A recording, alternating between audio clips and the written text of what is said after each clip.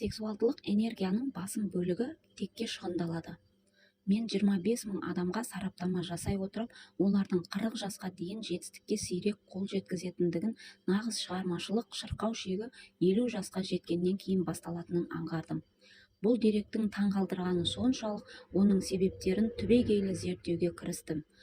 Деректерден 40 пен 50 жас аралығында адамдардың өмірде жолы болмауының бірден бір себебі олардың жыныстық қатынас эмоциясын білдіру мақсатында физикалық күштерін шектен тыс мөлшерде жұмсап, өздерінің шынайы жағымды энергиясын жойып жіберуімен байланысты екенін байқадым. Көп еркек жыныстық қатынасқа ұмтылу тек физикалық түрде ғана емес, сонымен қатар басқа да мүмкіндіктер арқылы көрініс табатынын біле бермейді. Жыныстық қатынас энергиясы ең шарықтау шегіне жеткен кезде, яғни 45-тен 50 жасқа өткенде ғана олар уақытын босқа өткізгенін ұғына бастайды. Ал бұл өз кезегінде үлкен жетістіктерге қол жеткізуге септігін тигізеді.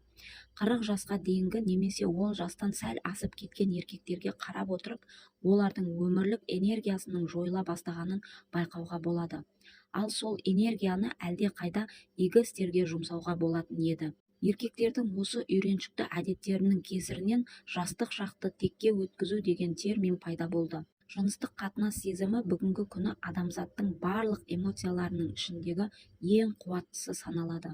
Ал ол физикалық тұрғыда емес, басқа бір мақсатта қолданылып, іске асқан жағдайда таңғажайып жетістікке жеткізері анық. Ішімдік және есірткі сияқты жасанды қоздырғыштарды қолдану арқылы данышпандыққа жеткен адамдар тарихта аз емес. Мысалы, Эдгар Аллан По «Қарға» атты шығармасын қарапайым адамның ойына да келмейтін әртүрлі армандарды қиялдай отырып, ішімдіктің әсерімен жазған. Бірақ мұндай адамдардың көбі өздерін ақыр аяғында құрдымға жібергендерін де есте сақтауымыз керек. Табиғаттың адамдарға арнаған өзіндік уы бар. Сол у арқылы адамдар қайдан келетіні белгісіз ойлар мен армандарды қолдана отырып, ойларын ынталандырулары қажет. Табиғи ынталандырудан басқа көңілге қонарлықтай қоздырғышты әлі ешкім ойлап тапқан жоқ. Жыныстық қатынас пен рухани қалау арасында тығыз байланыс бар екендігі психологтерге белгілі. Бұл жағдай діни қайта өрлеу ретінде жын ойнаққа қатысатын танымал адамдардың арасында кеңінен таралған. Адамның көңіл күйінің көмегімен өркениетке қол жеткізіп, әлемді басқарамыз.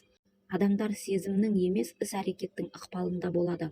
Ойдың шығармашылық қиялы себепке емес, көңіл күйге тікелей байланысты. Адам сезімінің ішіндегі ең қуаттысы бұл жыныстық қатынас. Ақылдың бұдан басқа да қоздырғыштары бар, бірақ олардың ешқайсысы немесе барлығын қоса алсақ та жыныстық қатынас сияқты қозғаушы күшке ие бола алмайды. Ақыл уақытша немесе тұрақты түрде ойдың қарқынын арттырады. Төменде берілген 10 қоздырғыш қозғаушы күштің ішіндегі ең тегеурінділері саналады. Ең басты қозғаушы күштер арқылы адамдар шексіз ақылға қол жеткізеді, немесе керек десеңіз сананың ақыл ойларын қолданады. Ал бұл данышпандыққа жеткізер жол екені айқын дүние.